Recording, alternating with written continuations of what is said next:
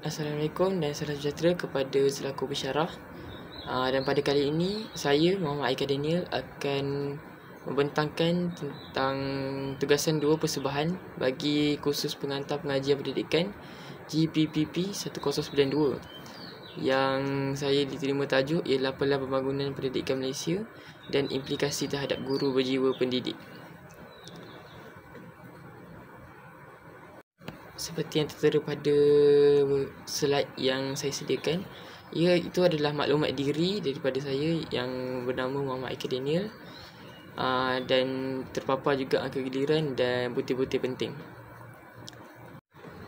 Dan seterusnya kita akan pergi kepada isi kandungan yang akan saya bentangkan dalam pembentangan pentadsiran berterusan tugasan 2. Ini ialah yang pertama, 1.0 untuk pengenalan, 2.0 ialah Pelan Pembangunan Pendidikan Malaysia, dan terdapat subtopik yang terdapat di dalam Pelan Pembangunan Pendidikan Malaysia, iaitu 2.1 ialah 3 gelombang, 2.2 5 aspirasi pendidikan Malaysia, dan 2.3 6 aspirasi murid. Seterusnya 2.4 adalah 11 anjakan, dan 3.0 bagi implikasi terhadap guru berjiwa pendidik, 3.1 pengurusan pengajaran dan pembelajaran, 3.2 pembangunan profesionalisme, 3.3 ialah kemahiran teknologi, 3.4 mempunyai wawasan, 3.5 menjadi suri teladan, 4.0 ialah rumusan, dan terakhir sekali rujukan yang saya dapat daripada hasil pembentangan dan kajian yang saya buat untuk pentadsiran berterusan tugasan 2. Baik, yang pertama saya akan pergi kepada slide pembentangan tugasan 2, iaitu 1.0 untuk pengenalan. Menurut John Dewey 1897, pendidikan ialah proses psikologi, iaitu pertumbuhan atau perkembangan di mana pengetahuan disusun untuk menambah pengetahuan semula jadi seseorang. Dan konsep keseimbangan dari segi jasmani, emosi, rohani dan intelek, iaitu Jerry, adalah kepada pendidikan asas pendidikan di Malaysia, iaitu falsafah pendidikan kebangsaan. Pada masa yang sama, pendidikan adalah proses yang berterusan untuk meningkatkan potensi seseorang untuk mencapai kejayaan akademik dan memperoleh kepelbagaian kemahiran yang bersepadu. Dan ini juga selaras dengan matlamat kerajaan untuk melahirkan generasi yang berketerampilan dan berdaya saing di seluruh dunia. Dan pendidikan di Malaysia juga dapat berkembang maju dan seiring dengan teknologi-teknologi dan juga negara-negara jiran. Ia juga selaras dengan matlamat negara untuk melahirkan generasi yang cemerlang, gemilang dan terbilang, seperti yang saya katakan tadi. Dan di samping itu, usaha ini adalah untuk mewujudkan rakyat Malaysia yang berpengetahuan, berketerampilan, berakhlak mulia, bertanggungjawab dan berkebolehan untuk mencapai kesejahteraan diri sendiri dan menyumbang kepada keharmonian dan kemakmuran keluarga, masyarakat serta negara yang tercinta. Baik, kita akan pergi ke slide yang seterusnya, iaitu 2.0 Pelan Pembangunan Pendidikan Malaysia. Pelan Pembangunan Pendidikan Malaysia 2013 hingga 2025 adalah cetusan ilham bekas Perdana Menteri Malaysia sendiri, iaitu Tan Sri Muhyiddin Yassin. Beliau merasmikannya di Pusat Konvensyen Kuala Lumpur pada 6 September 2013. Dan ia juga termasuk 5 aspirasi sistem dan 6 ciri murid yang akan dicapai dalam tempoh 13 tahun ini. Itu bermula daripada 2013 hingga 2025. Dan ini adalah contoh transformasi kerajaan yang paling ketara dan menyeluruh yang dilihat oleh pelajar, dari prasekolah hingga pusat pengajian tinggi. Dan antara objektif umum ataupun objektif utama PPPM ialah menilai prestasi dan cabaran semasa untuk meningkatkan akses kepada pendidikan, meningkatkan standard kualiti, merapatkan jurang pencapaian ekuiti, menggalakkan perpaduan antara pelajar dan sekaligus memaksimumkan kecekapan pelajar. Dan pelajar dengan prestasi rendah dan tinggi mempunyai gaya pembelajaran yang berbeza, iaitu daripada pendapat Collison 2000. Dan selain itu, pelajar dan sistem mesti mempunyai matlamat yang jelas dan menyepadukan dengan agenda negara keutamaan Malaysia dan program utama seperti ETP. Ia juga membina strategi transformasi yang komprehensif untuk sistem pendidikan Malaysia yang menggabungkan perubahan besar kepada kementerian, meneruskan kemajuan PSPTN selaras dengan PPPM dan mencerminkan trend dan isu pendidikan terkini di seluruh dunia. Baik, kita akan masuk kepada subtopik iaitu 2.13 gelombang. Baik, gelombang yang pertama iaitu 2013 hingga 2015. Kementerian mengutamakan peningkatan sistem dengan mempercepatkan perubahan dalam pelaksanaan program. Dalam tempoh pelaksanaan ini, tumpuan akan diberikan kepada peningkatan kualiti pengajaran melalui peningkatan kemahiran guru yang sedia ada dalam sistem. Pada masa yang sama, peningkatan kualiti kepimpinan sekolah melalui penyesuaian strategi, pelantikan dan latihan pengetua dan guru besar turut dilaksanakan sekaligus peningkatan kadar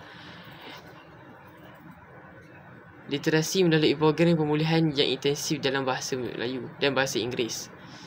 Selain itu, untuk membantu semua sekolah, kementerian akan mengukuhkan dan memberi pengupayaan kepada pegawai di peringkat negeri dan daerah untuk meningkatkan kualiti sokongan yang diberikan kepada kumpulan barisan hadapan ini. Menjelang akhir gelombang 1 ataupun gelombang pertama, kementerian akan memastikan bahawa semua pendidik, pengetua serta sekolah mencapai tahap minimum standard kualiti yang ditetapkan. Kita pergi kepada agenda yang seterusnya, itu gelombang kedua pada 2016 hingga 2020. Untuk mempercepatkan transformasi, kementerian akan melaksanakan perubahan kepada struktur sistem pendidikan negara dalam gelombang kedua. Rancangan untuk semua inisiatif akan dimulakan semasa gelombang pertama. Tapi sebagai sebahagian daripada rancangan ini, 410,000 guru dan 10,000 pengetua mahupun guru besar akan digerakkan ke arah pakej kerjaya baru, iaitu penstrukturan semula Kementerian JPN dan PPD. Untuk menyesuaikan diri dengan bertanggungjawab yang ditetapkan pada gelombang pertama dan penambahbaikan kepada kurikulum standard sekolah menengah dan sekolah rendah. Dan ada satu usaha untuk menangani isu tersebut, kemahiran dan nilai yang diperlukan untuk maju seiring dengan perkembangan ekonomi negara, dan rancangan ini akan dirancang sebaik mungkin.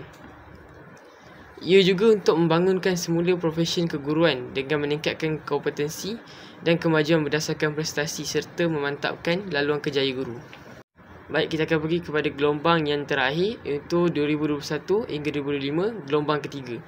Dan hingga 2001 ke 2025 adalah gelombang terakhir dalam PPPM. Dan pada permulaan gelombang ketiga, semua sekolah, guru dan pengetua perlu menunjukkan prestasi melebihi standard minimum yang seperti dikatakan saya daripada tadi, iaitu pada gelombang pertama. Oleh itu, kementerian akan memberikan tumpuan untuk meningkatkan keluasan operasi dan memupuk budaya kepimpinan rakan setugas sekaligus memupuk kecemerlangan profesional. Kementerian juga akan mengubah kebanyakan sekolah kepada model pengurusan berasas dan membangunkan model kejayaan sekolah yang berasaskan inovasi.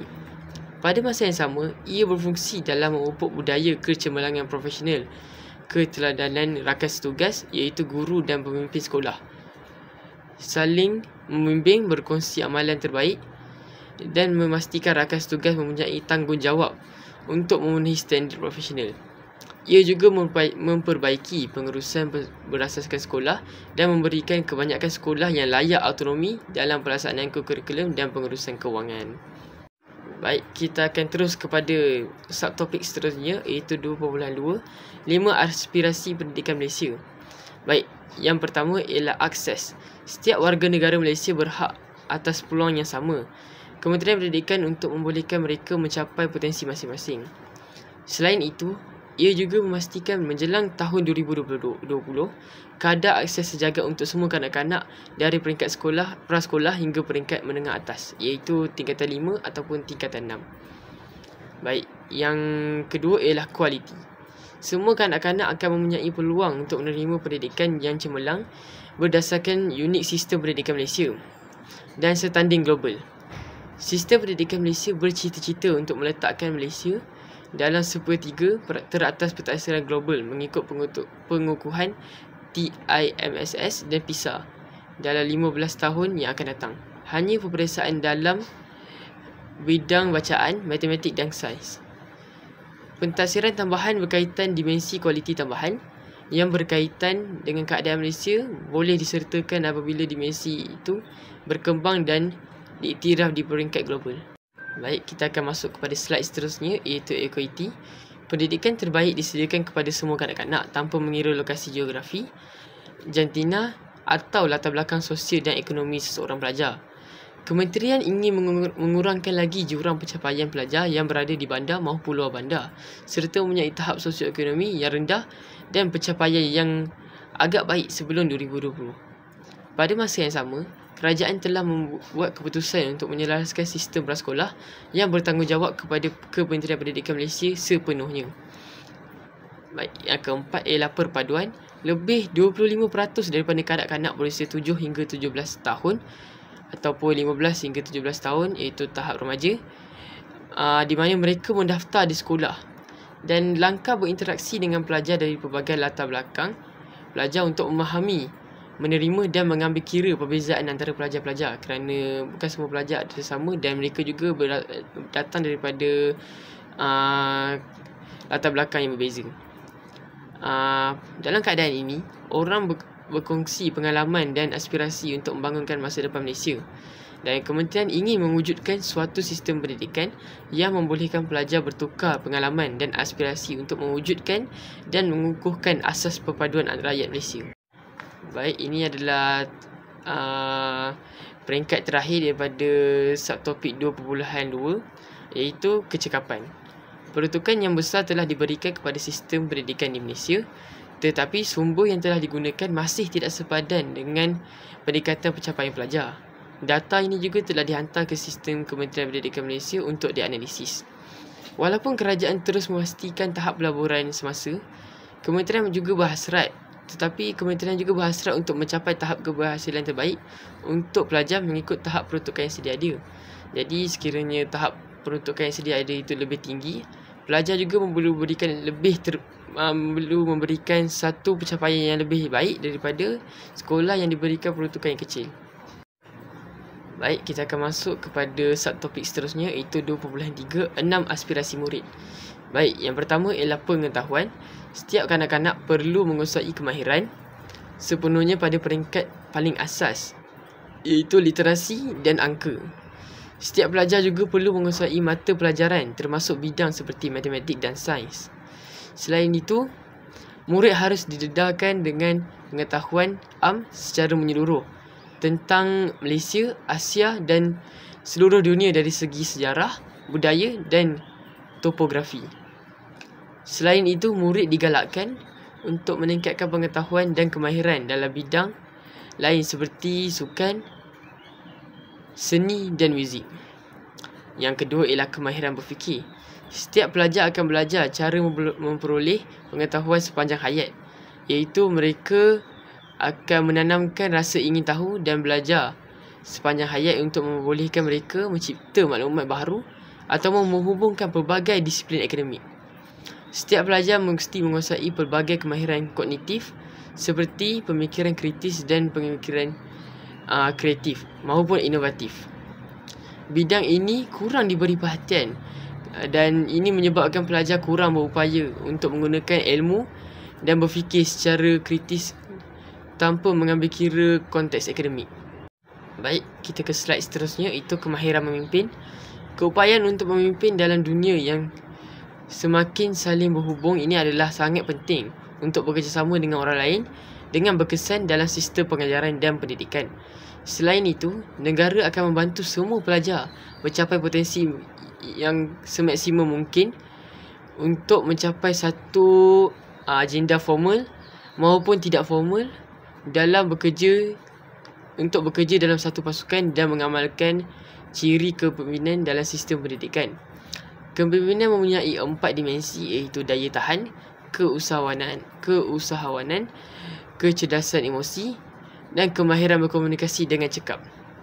Baik, yang keempat, kemahiran dua bahasa.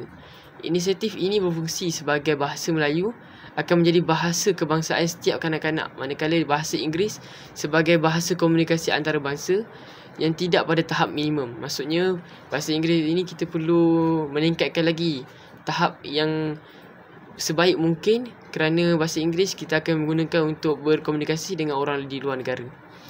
Selepas tamat sekolah, pelajar sepatutnya sudah mahir dalam penggunaan bahasa Melayu dan bahasa Inggeris di tempat kerja.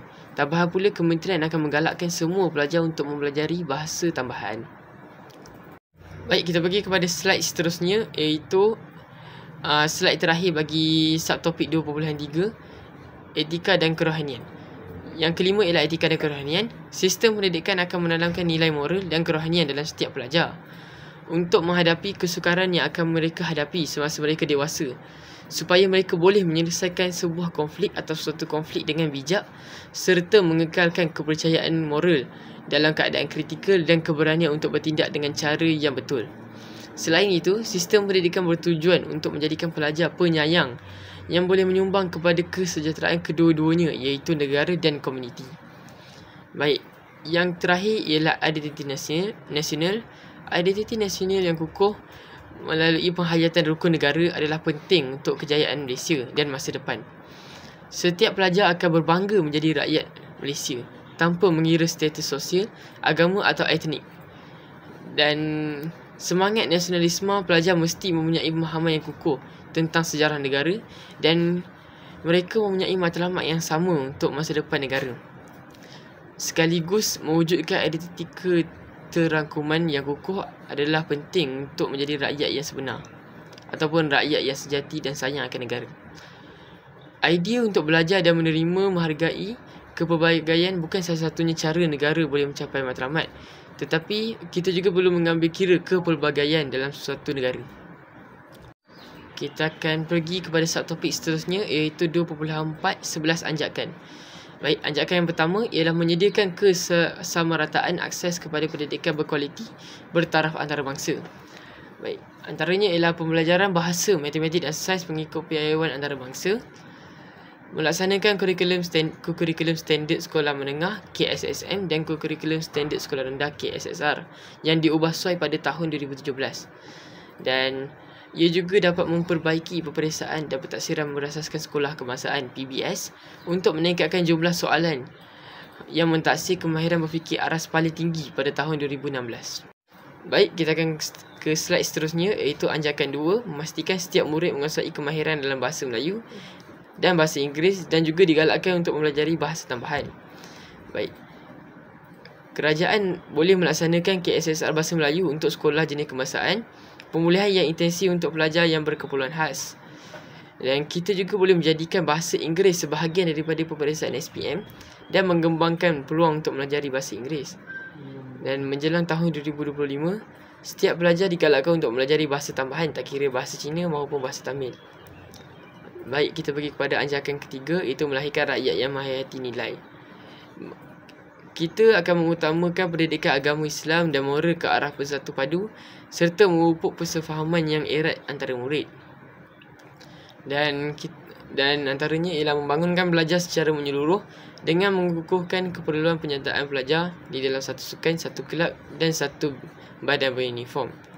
Dan mulai 2016, RIMUP telah dipertingkatkan dan diperluaskan untuk memudahkan interaksi antara jenis pendidikan. Baik, kita ke anjakan seterusnya, itu anjakan keempat, mentransformasi profesi keguruan menjadi profesi pilihan. Mulai 2013, syarat kemasukan guru mesti terdiri daripada graduan 30% tertinggi. Memperluas laluan guru untuk peranan kepimpinan, pakar pengajaran dan pakar bidang khusus menjelang 2016 dan pemulaan proses pensijilan dan amalan kecemerlangan berdasarkan teladan rakan tugas mulai 2025. Baik, anjakan seterusnya, itu anjakan kelima, memastikan kepimpinan berprestasi tinggi ditempatkan di setiap sekolah, memperbaiki piawaian pemilihan dan prosedur untuk merancang penggantian pengetua maupun guru besar sejak 2013 lagi. Pakej kerjaya pengetua dan guru besar yang baharu mesti dilaksanakan secara berperingkat, iaitu dengan teliti, sokongan dan tanggungjawab yang tinggi untuk meningkatkan produktiviti yang akan mengeluarkan bakal-bakal pengetua maupun guru besar yang terbaik. Baik, kita akan ke slide seterusnya, itu anjakan ke-6, mengupaya JPN, PPD dan sekolah untuk menyediakan penyelesaian khusus berasaskan keperluan. Baik, Yang pertama ialah mempercepat penambahbaikan prestasi sekolah melalui program yang sistematik dan dipimpin oleh PPD di semua negeri menjelang tahun 2014. Seterusnya, memberikan lebih kuasa kepada sekolah melalui pengurusan berasaskan sekolah dan autonomi di mana memenuhi syarat prestasi minimum pencapaian murid-murid di sekolah. Selain itu, ataupun di samping itu, memastikan 100% sekolah memenuhi keperluan infrastruktur atau asas menjelang 2015 di mana bermula dengan Sabah dan Sarawak. Anjakan ketujuh ialah memanfaatkan ICT bagi meningkatkan kualiti pembelajaran di Malaysia. Yang pertama, bagi anjakan ketujuh ialah satu BestariNet digunakan untuk menyediakan persekitaran pembelajaran maya dan akses internet kepada setiap 10,000 sekolah. Yang kedua ialah menambahkan kandungan dalam talian untuk perkongsian amalan terbaik bermula. Dan yang ketiga ialah memaksimumkan penggunaan teknologi maklumat dalam pembelajaran jarak jauh dan kadar individu untuk meningkatkan akses kepada pembelajaran berkualiti tinggi tanpa mengira lokasi atau tahap kemahiran pelajar. Kita ke slide seterusnya, iaitu berkaitan ajakan ke-8 dan ajakan ke-9.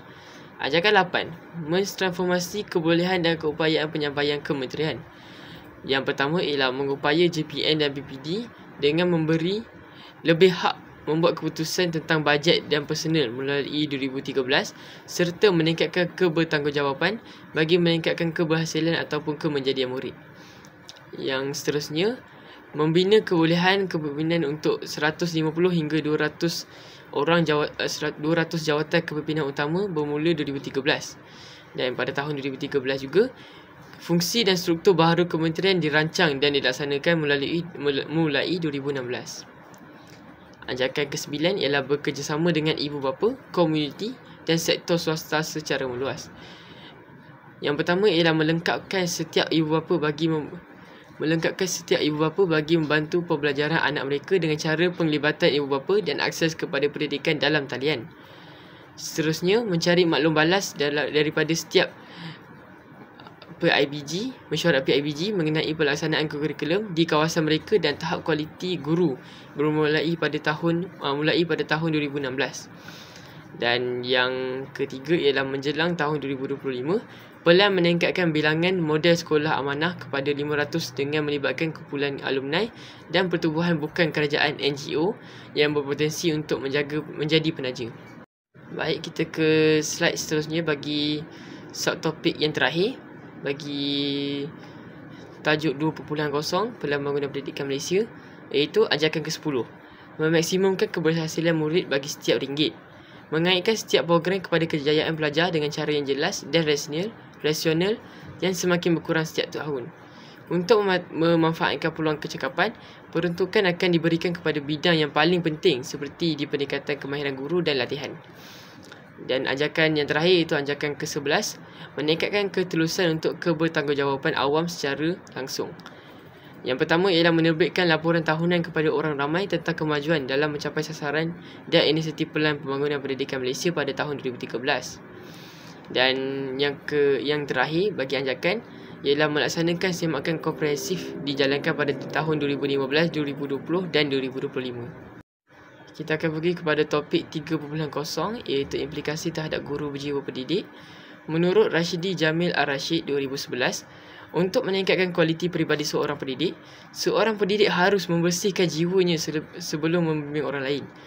Sebagai pendidik, guru yang berjiwa pendidik atau yang menghayati pekerjaannya sebagai pendidik harus mempunyai kualiti peribadi dan sosial yang baik.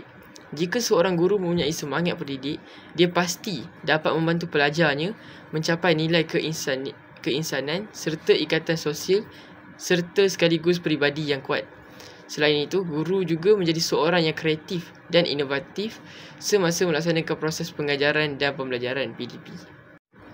Kita akan masuk kepada subtopik yang pertama bagi topik 3.0, iaitu 3.1 pengurusan pengajaran dan pembelajaran.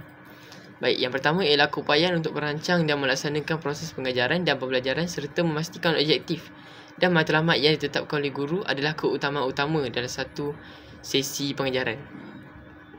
Kecakapan guru dalam perancangan, pengawalan, bimbingan, dorongan dan Penilaian adalah penting untuk keberkesanan pengajaran.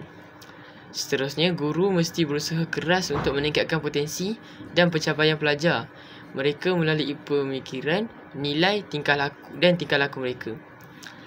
Dan di samping itu, guru membantu dan menyokong program bimbingan sekolah dengan bertindak sebagai fasilitator, kem motivasi dan atau mentor bagi program mentor-mentee. Okey, kita akan pergi kepada subtopik seterusnya, iaitu 3.2, pembangunan profesionalisme. Guru mesti mengekalkan pembangunan profesionalisme melalui pembelajaran berterusan untuk memperoleh pengetahuan dan kemahiran.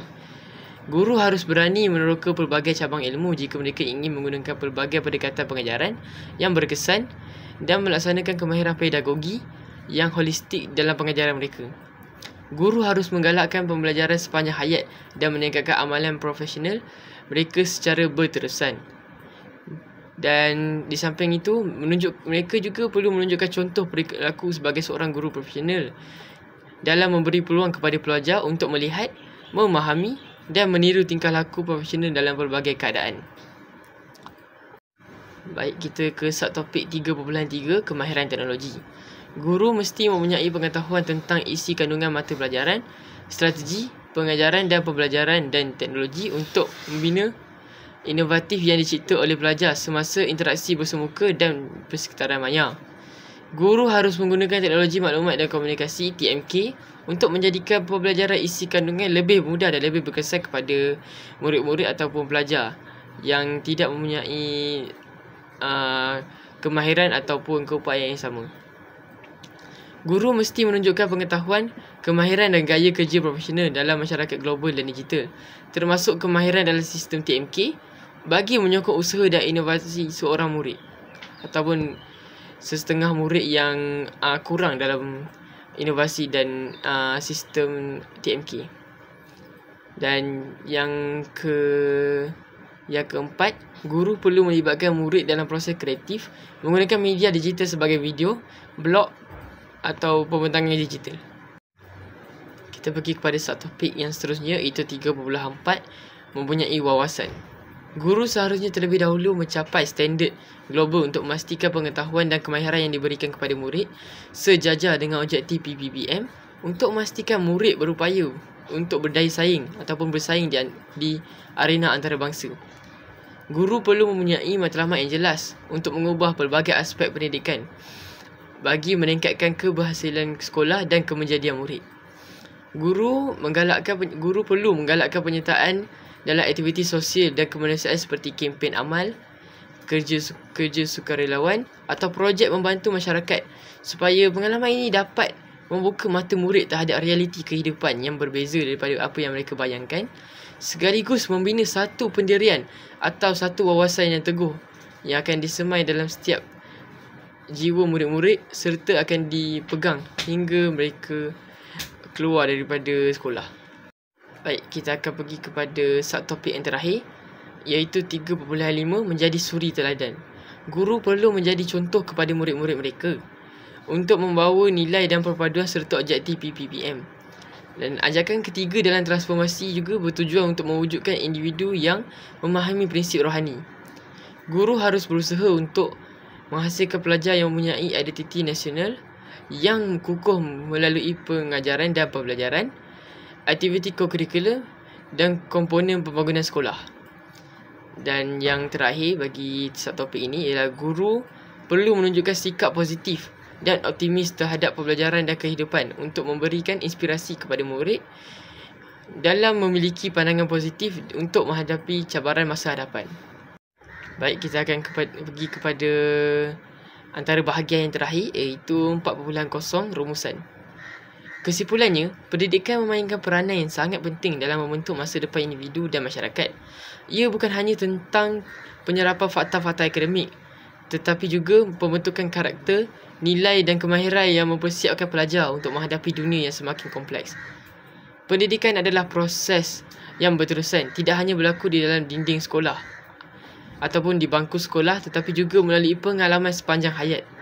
Dan dengan memberikan peluang yang saksama kepada setiap individu, kita dapat mencipta masyarakat yang berpengetahuan, berdaya maju dan adil. Oleh itu, kesungguhan dan komitmen terhadap pembangunan pendidikan merupakan asas kejayaan dan kelestarian masa hadapan yang lebih baik bagi generasi akan datang. Pada masa yang sama, Datuk Seri Anwar Ibrahim, iaitu Perdana Menteri pada masa kini, memfokuskan pada 10 bidang penting menjelang 2024. Dan ini juga termasuk reformasi pendidikan dan modal insan, pembangunan industri halal, ekonomi Bumiputera di Sabah Sarawak dan penguasaan teknologi baharu. Baik, ini adalah slide di mana saya menghasilkan ataupun membuat satu rujukan yang terdapat daripada pelbagai buku, jurnal, artikel yang saya terdapat daripada internet maupun Google Scholar. Di sini selaku pensyarah boleh lihat rujukan yang saya dapat dalam menganalisis tajuk-tajuk yang diberikan dalam pentadsiran berterusan tugas 1.